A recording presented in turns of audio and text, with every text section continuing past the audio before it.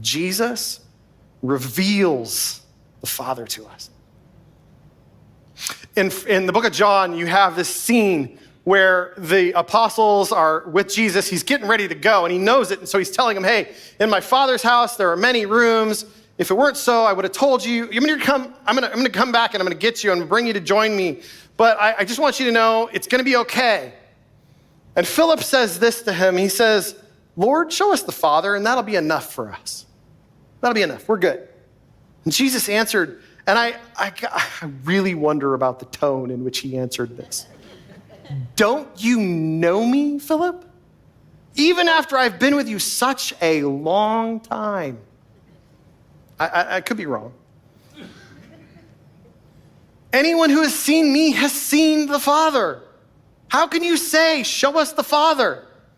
Don't you believe that I am in the Father and the Father is in me? The words I say to you, I do not speak on my own authority. Rather, it is the Father living in me who's doing his work. Believe me when I say that I am in the Father and the Father is in me.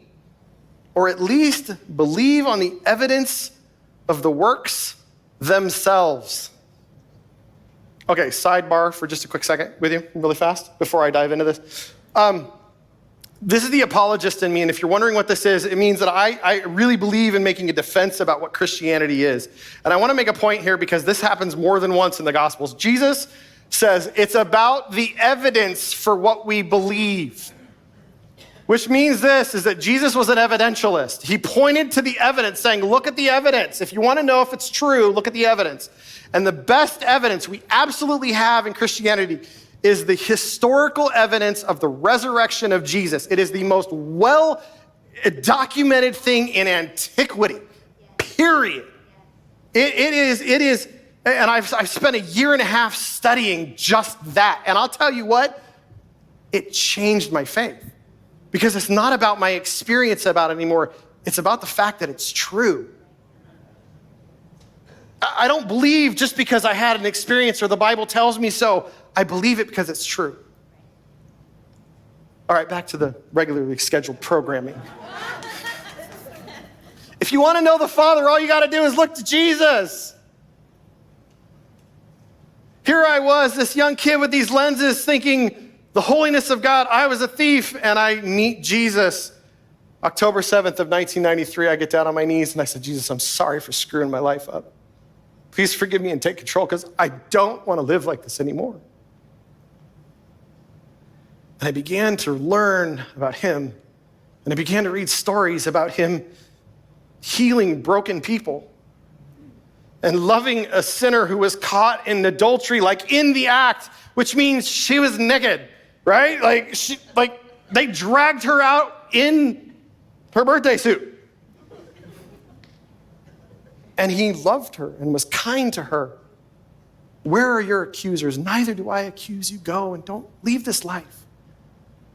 And I saw this beautiful kindness and gentleness of Jesus, and all of a sudden, the holiness of God wasn't so scary.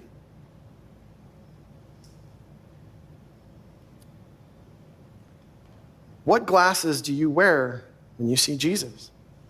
Because I'll be honest, sometimes people read wrong pictures of who he is. Oh, he's just a great teacher. Nope. Resurrection says otherwise.